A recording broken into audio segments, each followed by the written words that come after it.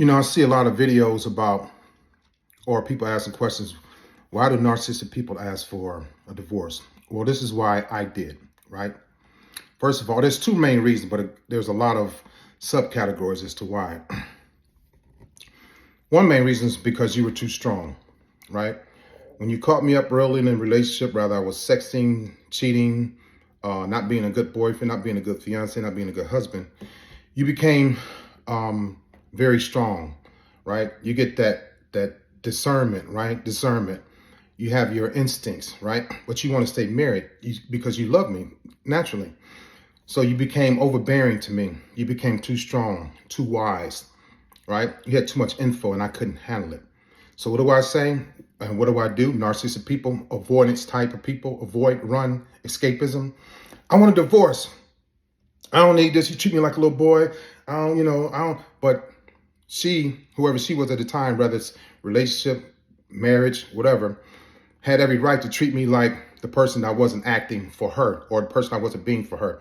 I don't want this divorce. I'm tired of this. You telling me what to do. I don't need to go through this. I'm a grown man. Y'all heard it a lot. The only reason why I was saying it because I was wrong. I was always getting caught. I wasn't being a good boyfriend, a good fiance, a good husband.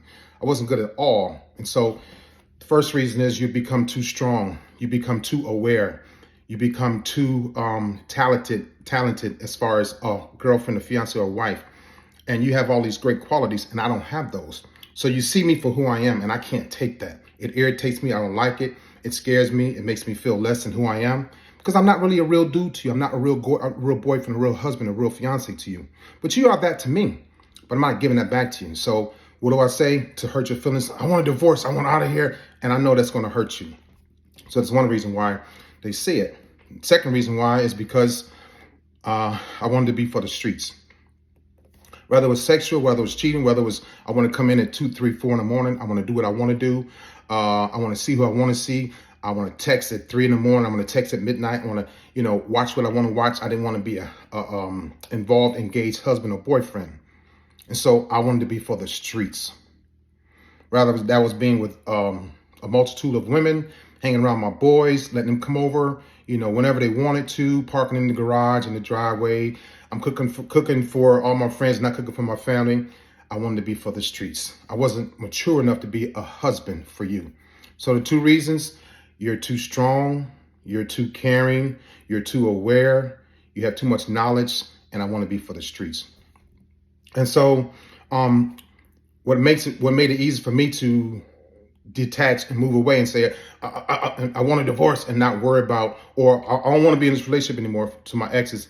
What made it easy for me is that I knew you're going to always be there so I can come and go as I please. You and the kids going to always be there for me. You're not going to give up on me, not going to push me away. You're going to always wait on me. You're going to wait for me to come back when I leave. And that was in my mind. So I was taking you for granted, bottom line. Excuse me, taking you and the children for granted. You and your family that cared about me, taking you all for granted. I knew that I was on borrowed time.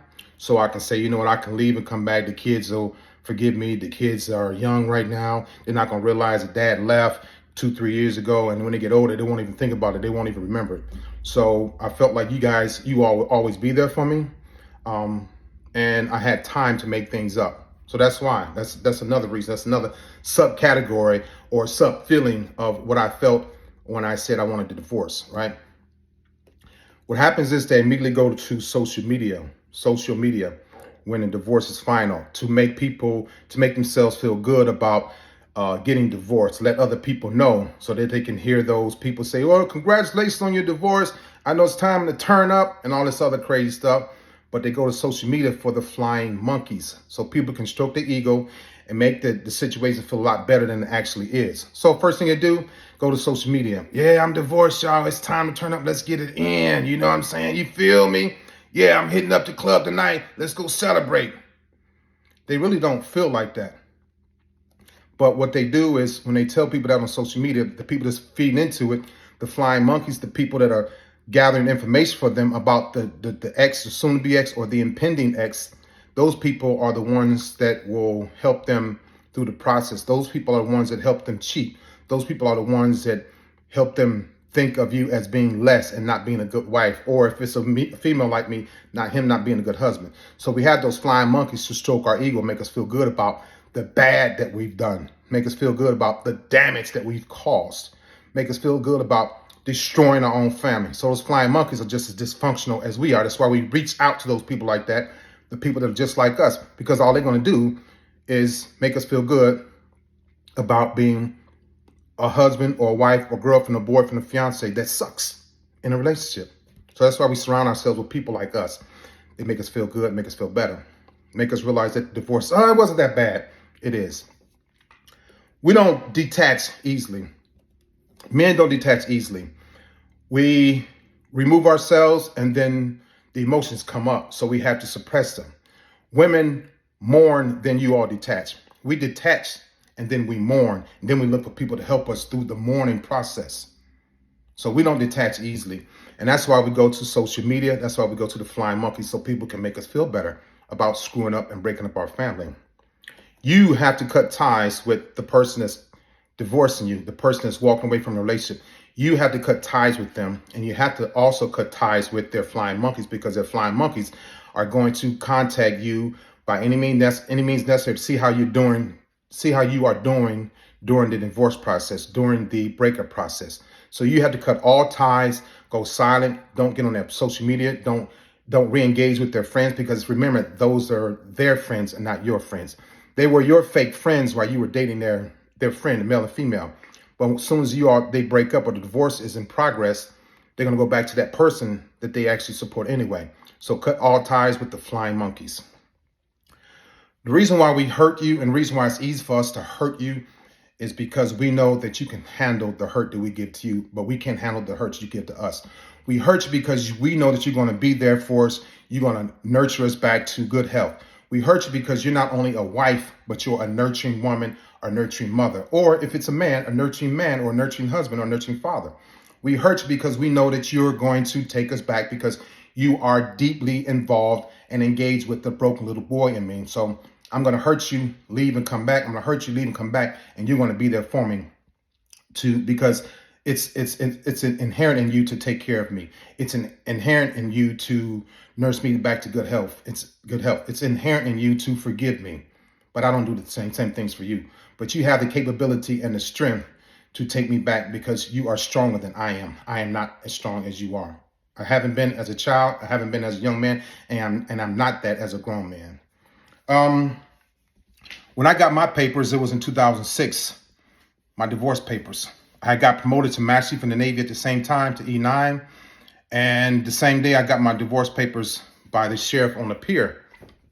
And all these people talking about, these men and women, I want a divorce, I want out of this wedding, all this stuff. They don't mean that. They're just saying it to hurt you, because they know that it hurts you. When I got my papers, he handed it to me and he said, "Good luck, young man." And I was like, I lost my breath, because I read it and looked at my name, from the courthouse. I was, when they say they want a divorce, they're not ready for it. They're just talking, period. They're just saying that. But when it happens, my knees started to clack together. I just got promoted to E9 in the Navy. And then, the financial burden hit. The next year, that promotion was $1,000 a month. The next year, when my divorce started to hit, I lost $1,000 a month, and then child support. So it was like $1,200 a month that I lost, all because I was thinking with my penis, in my early life, throughout my life, and it wound up getting me in trouble. When that person is asking to be removed from the vows, and you, the good person, you have honored your vows, you're going to be taken care of. It's going to take some time. It's going to hurt, but you will be taken care of. When that person is asking to be removed from their vows, mentioning, I want a divorce, I want to separate, I want to get away from this because you're too much for me, you're too strong for me, I want to be for the streets. When that person is asking to be removed from their vows, holy matrimony, and I don't wish this on anybody, but the pain is coming. Some people call it karma, but call it payback, but it's coming, because when you ask to be removed from someone that's treating you right, that's been good to you, that's been good to the kids, that's been good to your family, when you ask to be removed from that person, you're going to catch hell, and they're not. It's just a matter of time. I dealt with that too. I I used to always tell myself I was the best person, the best boyfriend, the best husband. But I started believing that because of my personality disorder, right? I'm the greatest, I'm the best. But I wasn't telling myself I was stupid. And I will close with this. That person that you're trying to rehabilitate, that person you're trying to make love you, make like you, that person you're trying to make into a better person, it's in them to not be who you want them to be. You got to think back, their father, grandfather, her mother, grandmother, or her mother, father, grandfather, parents were the same way. You're talking 150, 200 years of passing down, not being able to say, I love you, a lack of empathy, dysfunction, drama, and trauma. You passing down 200 years. They are passing down 200 years of an inability to connect with you, and you have an ability to connect with them. So you're both going different directions, but you're trying to bring them into you. So it's in them. It's in their every fiber of their muscle, their tendons. It's in their blood. It's in their genetics. It's in their DNA. It's in them to be who they are. Only way that you can help them is by them helping themselves and want to help themselves for you. They have to get talk therapy. But it is embedded in them over 200 years being passed down from generation to generation. And now you got that person that's dysfunctional, that's hurting, that's, sick, that's demented, all of those things. I had those too. So it's in them. But only they can help themselves to help you and help you all get back together through talk therapy. All right. I know this was long, but this is why it's been coming up a lot. This is why they asked for a divorce. Pretty much, that's who I was. All right, y'all have a great day.